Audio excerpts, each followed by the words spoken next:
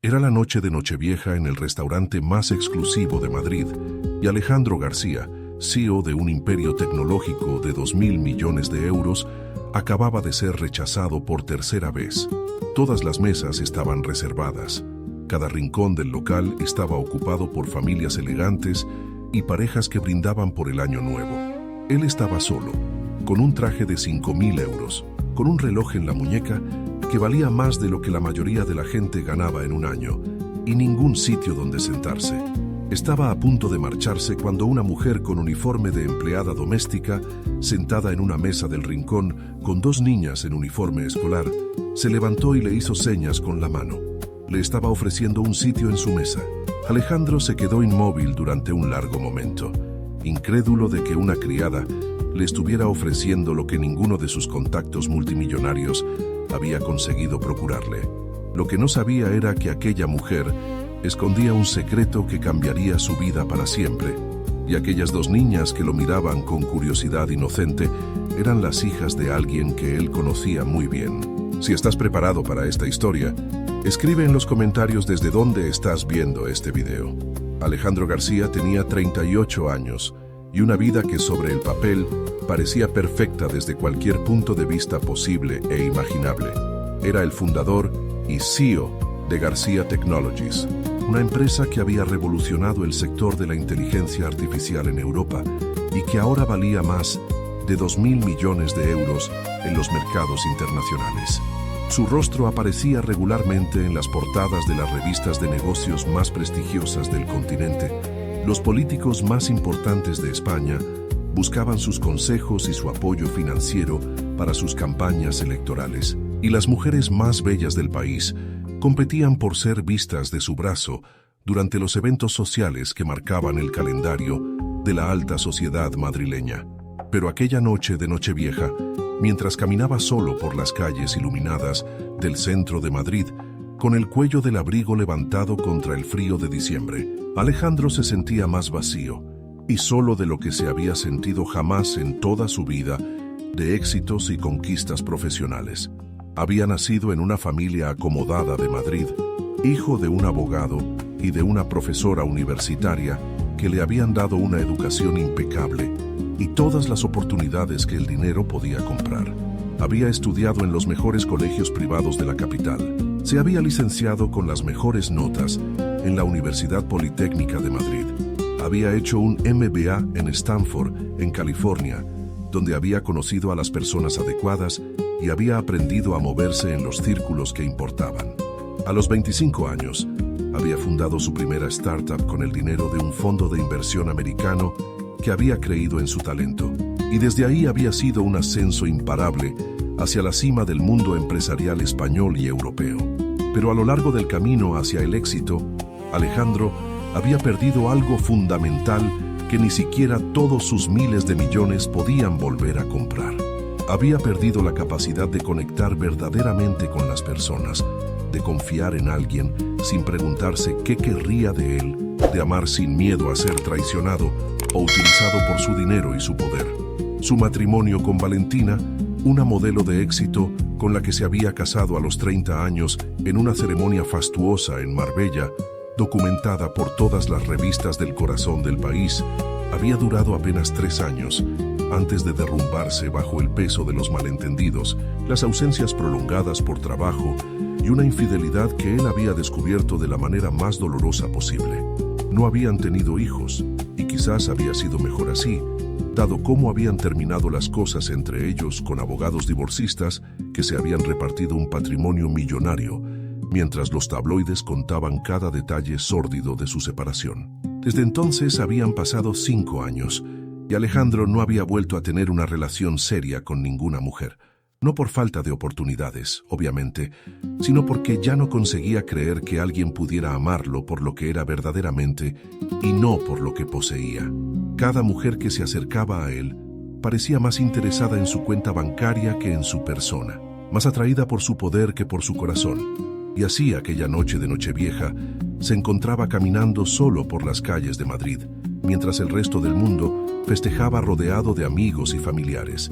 Había rechazado todas las invitaciones a fiestas exclusivas y cenas de gala, sintiendo que no podría fingir ser feliz otra noche más, mientras por dentro se sentía morir de soledad. Había decidido a última hora buscar un restaurante donde cenar solo, pensando que al menos así estaría rodeado de otras personas, del calor de un local lleno de gente, del ruido alegre de las conversaciones y los brindis. Pero no había contado con el hecho de que todos los restaurantes decentes de Madrid estaban reservados desde hacía semanas para la noche de fin de año. Alejandro había probado en 4 restaurantes diferentes antes de llegar al Palacio Real, uno de los locales más exclusivos de Madrid, situado en un edificio histórico en el corazón de la ciudad, cerca del palacio homónimo. En todas partes, la respuesta había sido la misma: todo completo, ninguna posibilidad. Tendría que haber reservado con meses de antelación. El hecho de que fuera uno de los hombres más ricos de España no parecía hacer ninguna diferencia aquella noche, porque el dinero no podía crear mesas de la nada en restaurantes ya llenos hasta el último sitio disponible. En el Palacio Real, la situación no era diferente de las demás. El maitre lo había reconocido inmediatamente, por supuesto, y se había deshecho en disculpas embarazosas, explicando que desgraciadamente no había ni una sola mesa libre, que estaban reservados desde noviembre, que si tan solo hubiera llamado antes, habrían encontrado la manera de acomodarlo, pero ahora era realmente imposible. Alejandro había visto el pánico en los ojos del hombre, el miedo a ofender a alguien tan importante e influyente, y había sentido una mezcla de irritación y tristeza que lo había dejado sin palabras. Estaba a punto de darse la vuelta y marcharse, resignado a pasar la última noche del año solo en su ático vacío con una botella de champán de 1.000 euros y la compañía de Netflix, cuando algo atrajo su atención en el salón principal del restaurante. Una mujer se había levantado de una mesa en el rincón más alejado del salón y le estaba haciendo señas con la mano alzada. Llevaba lo que parecía un uniforme de empleada doméstica, un vestido negro con cuello y puños blancos, y a su lado estaban sentadas 2 niñas en uniformes escolares azul marino, que lo miraban con grandes ojos curiosos. La mesa tenía 4 sitios, y solo 3 estaban ocupados. Alejandro se quedó inmóvil durante un largo momento, no seguro de haber entendido bien lo que estaba viendo. Una empleada doméstica en un restaurante de lujo la noche de Nochevieja, invitando a un desconocido a sentarse en su mesa.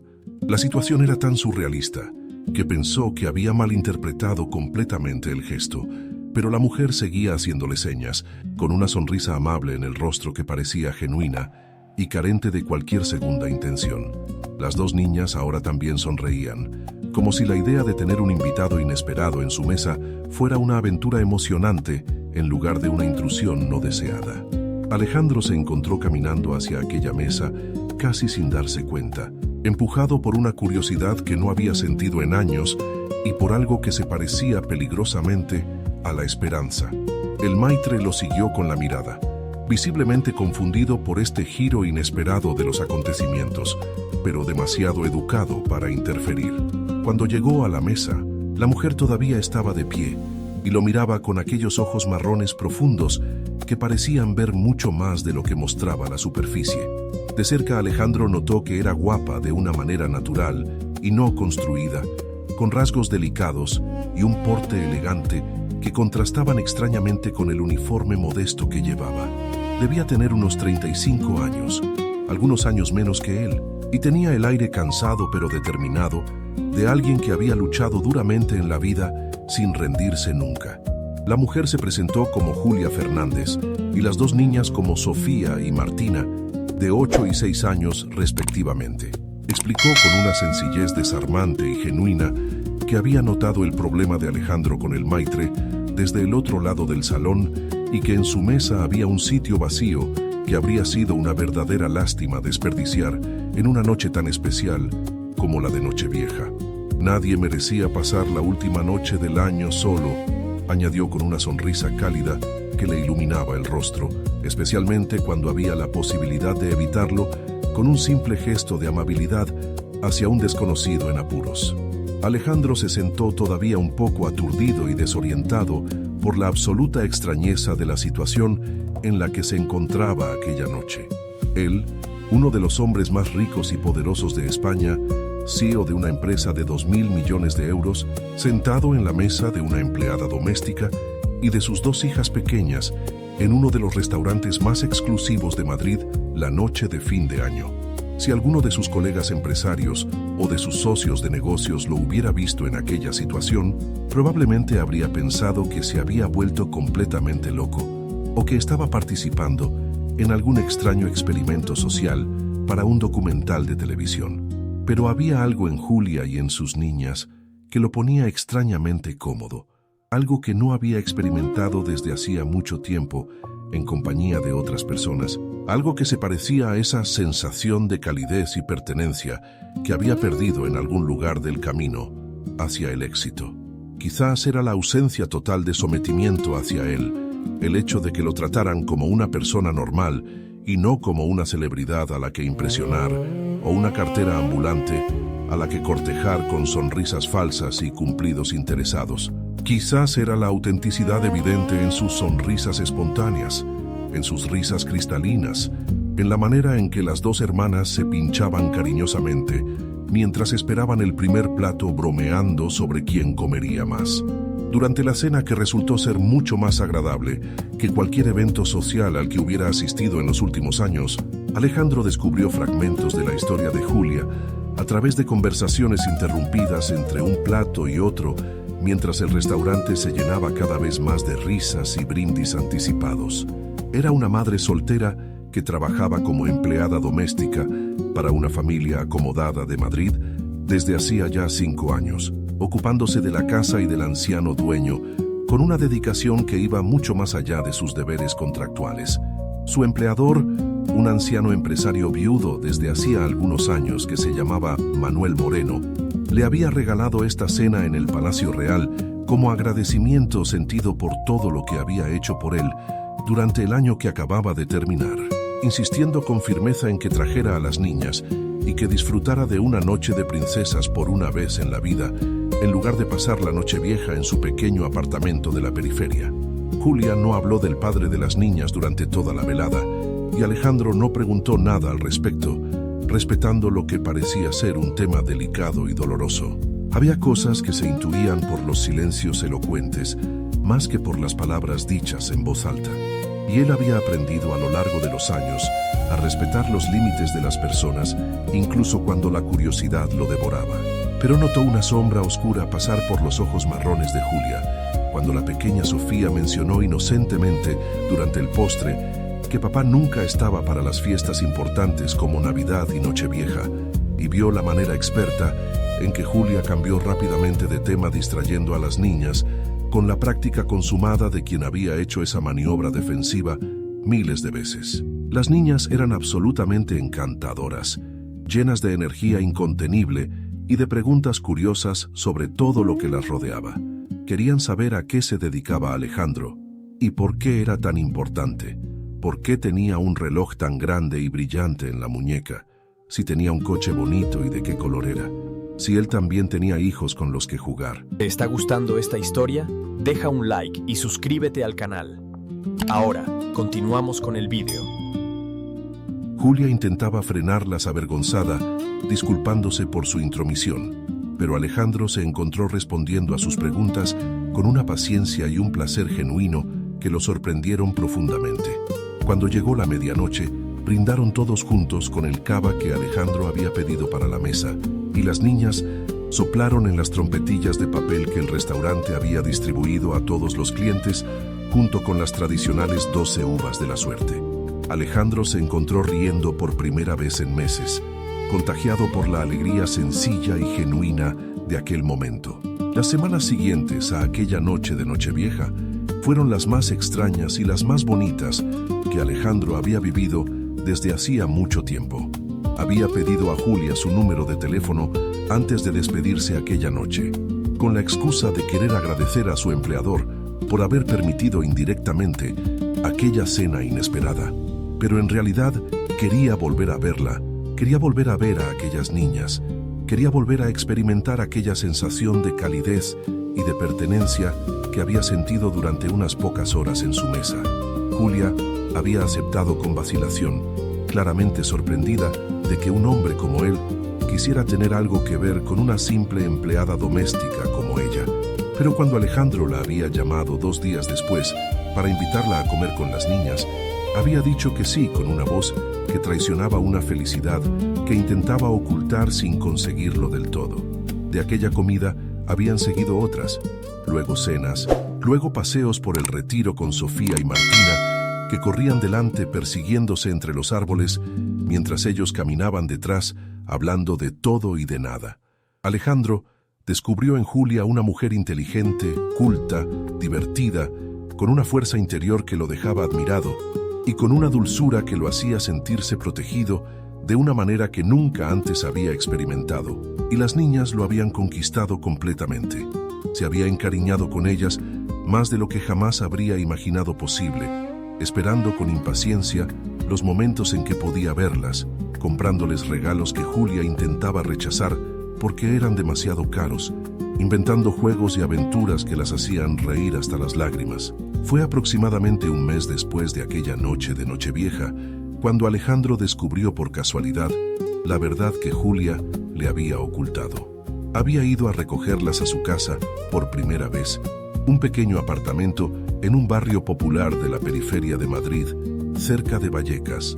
Mientras esperaba en el salón a que Julia terminara de preparar a las niñas, su mirada había caído sobre una fotografía enmarcada en una estantería.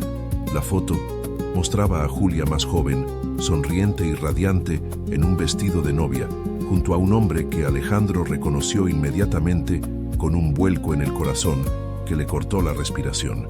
El hombre de la foto era Marco Ruiz, su ex mejor amigo, su ex socio de negocios, el hombre que lo había traicionado y robado 10 años antes, apropiándose de la idea original que había dado vida a García Technologies e intentando fundar una empresa competidora antes de fracasar miserablemente y desaparecer de la circulación. Alejandro se quedó inmóvil frente a aquella fotografía durante lo que parecieron horas, sintiendo que el mundo se le derrumbaba encima, pedazo a pedazo. Julia era la esposa de Marco. Sofía y Martina eran las hijas de Marco.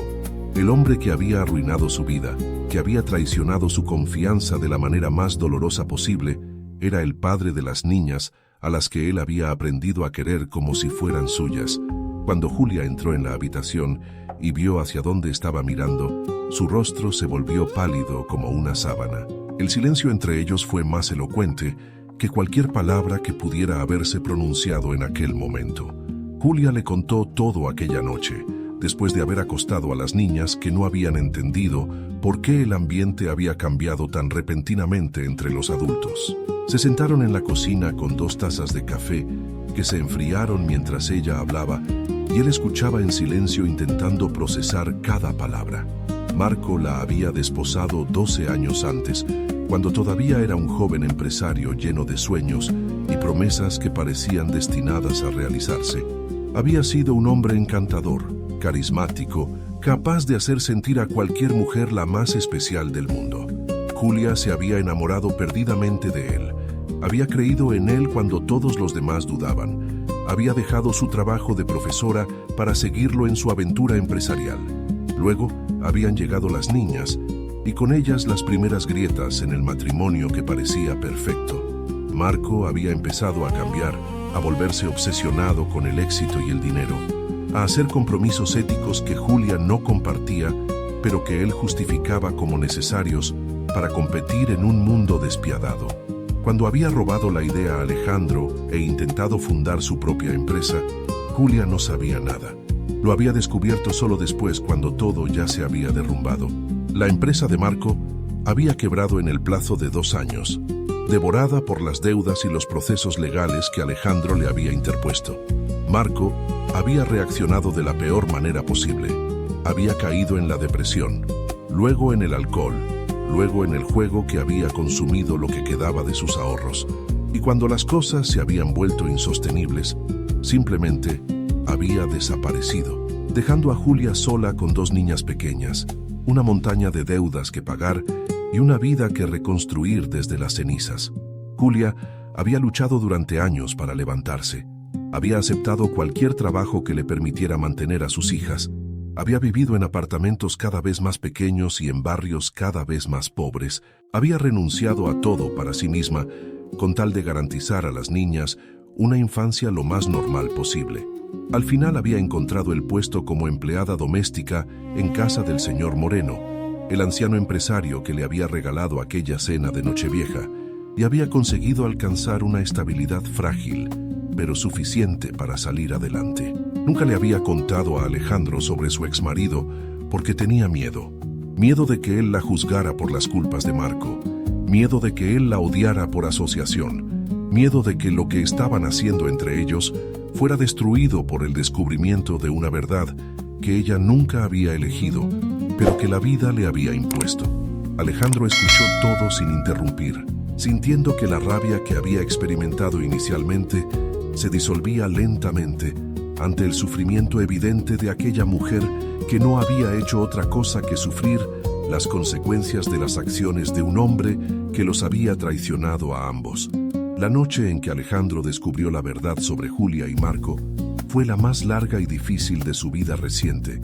Una noche en la que cada certeza que había construido en las últimas semanas parecía derrumbarse bajo el peso de una revelación que no esperaba.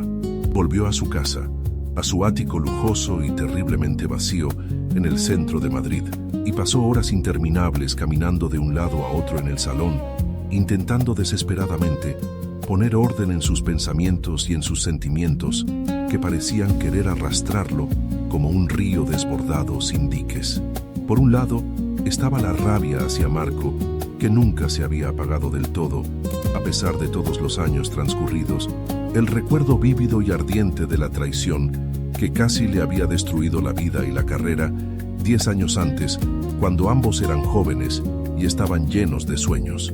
Por otro lado, estaba Julia, una mujer claramente inocente que había sufrido por las mismas acciones que le habían hecho sufrir a él. Una víctima tanto como él del narcisismo patológico y del egoísmo sin límites, de un hombre que no merecía ni a una ni al otro y que había arruinado las vidas de ambos. Y estaban Sofía y Martina, dos niñas dulcísimas que no tenían absolutamente ninguna culpa de los pecados imperdonables de su padre biológico y que lo miraban con aquellos ojos llenos de cariño inocente que le calentaban el corazón cada vez que los encontraba. Pasaron 3 días interminables antes de que Alejandro encontrara el valor de volver a llamar a Julia por teléfono. 3 días en los que ella no se puso en contacto ni una sola vez, respetando con dignidad su evidente necesidad de espacio y de tiempo para procesar lo que había descubierto de manera tan traumática. Pero también 3 días en los que él sintió su ausencia como un vacío físico en el pecho, un agujero negro que ninguna reunión de trabajo importante ni cena de gala exclusiva podía llenar ni aliviar mínimamente. Cuando finalmente la llamó después de aquellas 72 horas que habían parecido una eternidad, la voz de Julia estaba cargada de una esperanza frágil y temblorosa que intentaba esconder detrás de un tono neutro y profesional que no engañaba a ninguno de los dos. Le dijo que quería verla en persona, que quería hablarle mirándola a los ojos, que había cosas importantes que tenía que decirle cara a cara y que no podían esperar más ni un solo día. Se encontraron en un café elegante pero discreto en el centro histórico de Madrid, cerca de la Puerta del Sol, un lugar neutro donde ninguno de los dos se sentiría en desventaja. Julia estaba pálida como la cera y tenía ojeras profundas de quien no había pegado ojo en noches enteras, pero había venido a pesar de todo, y eso era lo que importaba más que cualquier otra cosa en el mundo en aquel momento. Alejandro le dijo lo que había comprendido y asimilado en aquellos 3 días de soledad atormentada y reflexión profunda. Le dijo que no era ella quien debía disculparse o avergonzarse de algo, que las culpas de Marco no eran en absoluto sus culpas y nunca lo serían, que lo que había sucedido 10 años antes no tenía nada que ver con lo que estaba sucediendo entre ellos ahora en el presente. Le dijo que había aprendido a amarla en aquellas semanas mágicas, que había aprendido a amar a Sofía y Martina como si fueran hijas suyas nacidas de su propia sangre, y que no estaba dispuesto a renunciar a todo esto por culpa de un hombre que ya había arruinado bastante sus vidas.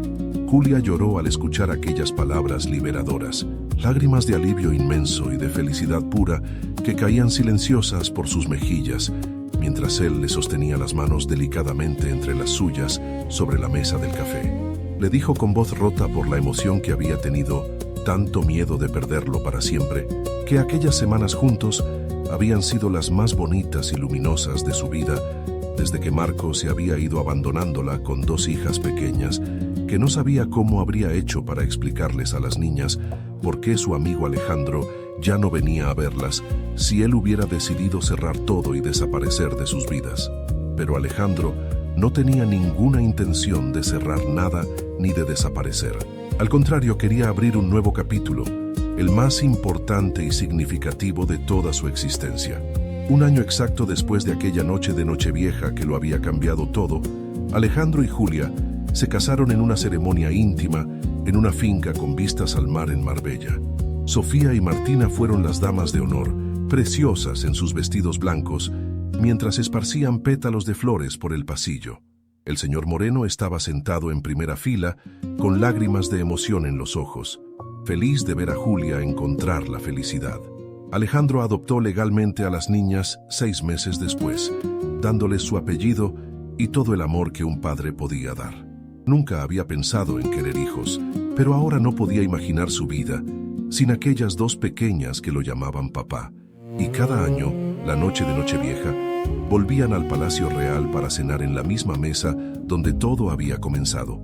Esta historia nos enseña que el amor puede nacer en los lugares y momentos más inesperados. Alejandro lo tenía todo excepto lo esencial. Un simple gesto de la mano de una mujer desconocida le cambió la vida.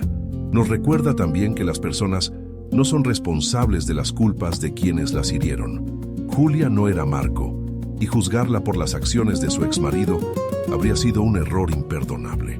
Pero sobre todo esta historia nos enseña que la amabilidad es siempre la elección correcta. Gracias por quedarte conmigo hasta el final de este viaje.